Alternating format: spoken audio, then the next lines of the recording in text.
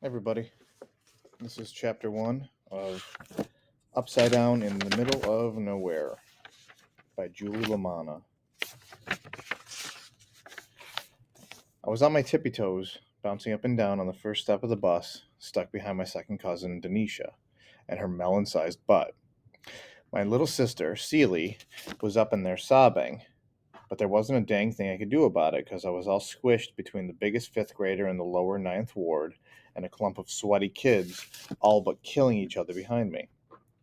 Denisha hit me square in the chest with a booty bump and glared over her shoulder. Girl, you best stop pushing me. Her bottom lip was rolled so far out I couldn't help that my eyes went straight to the shiny bubblegum pink underside. Hey, now, you girls stop all that messing around, my bus driver mumbled, all slow in his old man voice. Mr. Franken drove my daddy to school when he was a kid using the same old bus, except it was new and shiny back then. Not all beat down and rusted out like it was for us. Daddy said he guessed Mr. Frank had to be close to 120 years old. Sorry, Mr. Frank, I said to Denisha's giant backside. The girl was standing on the step in front of me, so all I could see was how her khaki school pants were stretched so tight it was only a matter of time before they bust open at the seam right in my face. My nerves had worn down a bit, as thin as the pants on my oversized cousin. Celie's crying had turned to blubbering. I was flat out done waiting. I tried to push my way into the aisle so I could at least see her. Armani, what's your problem? Denisha swung around and stomped her foot. She was at least 6 inches taller than me, and everything about her was big, even her head. When she looked down at me, with her fat lips flapping and her big head rolling from side to side, I knew she could kill me easy if she set her mind to it. But I didn't care. Celie was crying. Shut up, Denisha, and out of the way. I slipped past her before she had a chance to say anything else stupid. I knew where Celie would be sitting because we always sit in the same seat right up front, and I didn't like sitting in the back of the bus. Seemed to me the further back you went, the crazier the kids were. Denisha shoulder bumped me when she passed me, heading up to her seat in the back where she always sat.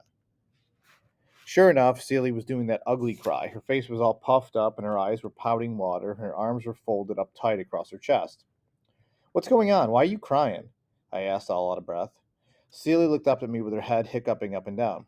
She ran to the back of her hand. She ran the back of her hand up under her nose, smearing all that wetness across her face. Bugger took my book, she sobbed, and I ain't never seen no one look so pitiful. She took your book? That's why you're fussing? Celia nodded about 50 times. I hated seeing her smiling, but I couldn't believe all this drama was on account of a dumb book. I looked around for Bugger. I don't know what his mama named him, but ever since that kid was born 5 years ago, he'd been Bugger. Simply as that.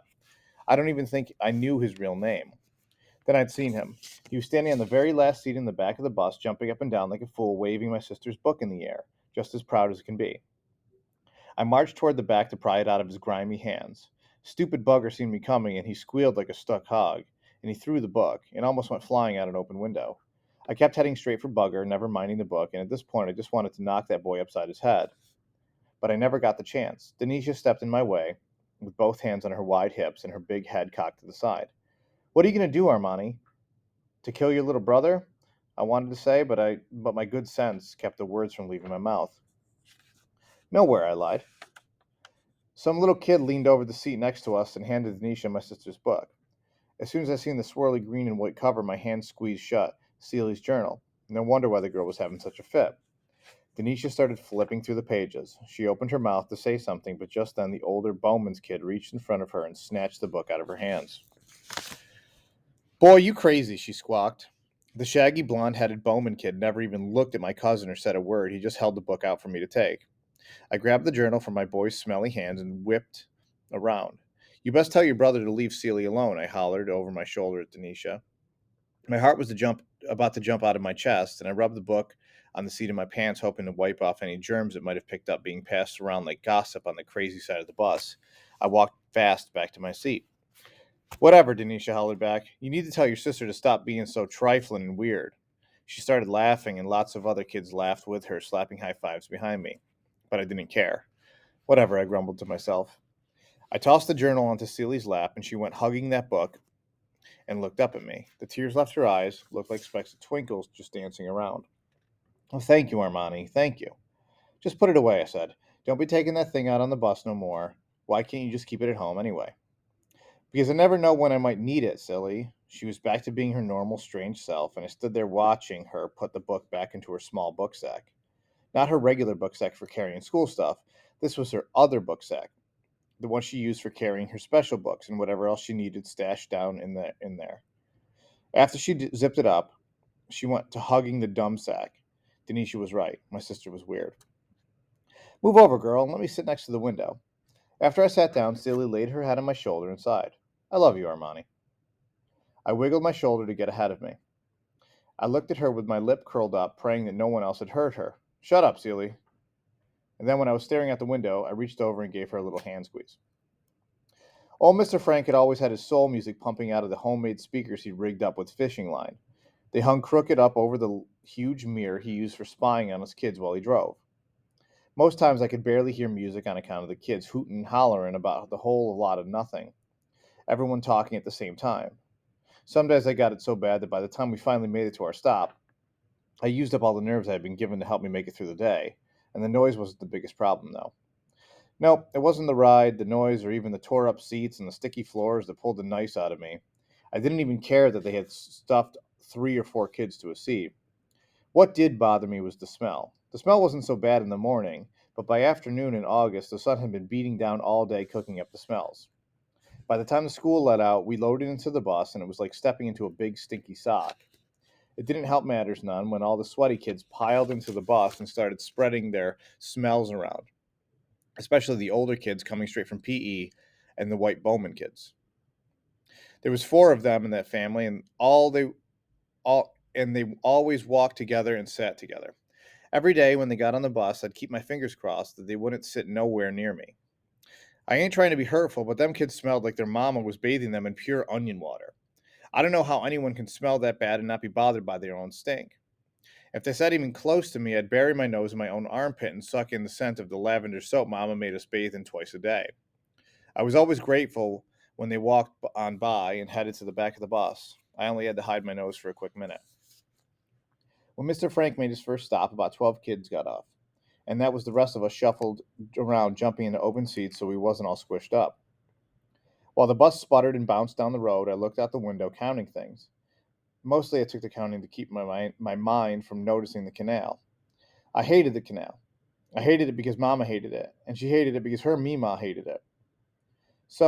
Somewhere in that stinking canal was the bones of my 2 dead uncles, Mama's brothers, Mima's sons. The story goes that one day, when they were kids, one of them tried to save the other one from drowning, and the canal decided to take them both. My bus went by that liquid graveyard every day, so I took the counting. Once I tried counting folks sitting or standing on out front of houses, but I lost track and had to start over 2 times. Meemaw said most of them were loafers, and they needed to get off their rear ends and make themselves useful. And that's what Daddy reminded her, that we needed to mind our own business and leave the loafers to their loafing. The week I started 4th grade, I took to counting all the pink houses. Light pink, dark pink. It didn't make no difference, so long as there was some kind of pink to its color, and I went on and counted it. I counted 9 pink-colored houses when we turned the last corner before the stop where we got let off. I was used to seeing the window fans shoved up in windows. Anybody with a good sense had one. We had 3 real nice ones ourselves. Well, except for the one in Meemaw's room that made a chirping bird sound every time she turned it on, but I was not expecting to see the new clunky metal box sticking out of the side window of Denisha's mama's boyfriend's house. She seen it too, and went hollering and singing in the aisle. We got us some air, we got us some air. The whole time swinging her big butt, doing some kind of happy dance. All week long, she took to saying stupid things like, well, I guess I best be getting back to my air conditioning, or it's so hot, y'all want to come and sit a while in my air conditioning? Stuck up Denisha and her lame air conditioner got me on my last nerve. After letting out kids here and there across the lower Ninth Ward, Mr. Frank let us off in the tire shop where my Uncle T-Bone worked part-time. From there, it was just a short walk to get home. 8 kids got off at our stop, the Bowman kids, Denisha and Bugger, and me and Seeley. Denisha and Bugger got off because it's their mama's boyfriend, Mr. Charlie, worked at the shop too. I don't know why they like going to that nasty place. It reeked of gasoline and motor oil and cigarettes and rotten old men. And the only thing they got about that shop was the only thing about that shop was Mr. Jasper Jr. Sr., and the sound of his saxophone pouring out of the air. We could hear that sweet sound of his horn playing clear down by our house every day of the week except Sunday when the shop was closed and Mr. Jr. Sr. was at church making music for Jesus instead of the rest of us. Y'all have a good weekend, Mr. Frank said, pulling the bus doors open. And don't forget to watch the 5 o'clock news now. Celia was on the step in front of me. She stopped so fast I almost plowed right into the back of her. Why do we need to watch the news, Mr. Frank? He took 1 second to chew on the toothpick sitting between the couple of teeth he had left, and he pulled the dirty ball cap off and rubbed his head. Staring at the bus windshield, he said, "There's a storm brewing, a big one, out there in the Gulf." He let out a whoosh of stale old man air. "Reminds me of Betsy." "Who's Betsy?" I asked. Mr. Frank put his cap back on and looked at me in the eye. He plucked the toothpick from his mouth. He squinted up already, wrinkly eyes, and said, all serious, "Betsy was a storm that sucked the life out of me. She took away everyone I loved." Seeley gasped. "That's so terrible, Mr. Frank." "Yes, it is, child," he sighed. "All right, then." And just like that, he turned it and looked straight out the bug-spattered windshield. "Y'all have a good weekend and tell your daddy." And then I said, "Hey." I got a whiff of something that smelled ripe as rotten gumbo, and I knew right off the Bowman kids had to be coming up behind me. Scared, that smell was contagious and could possibly stick to my clothes and skin forever, and I gave Celie a nudge.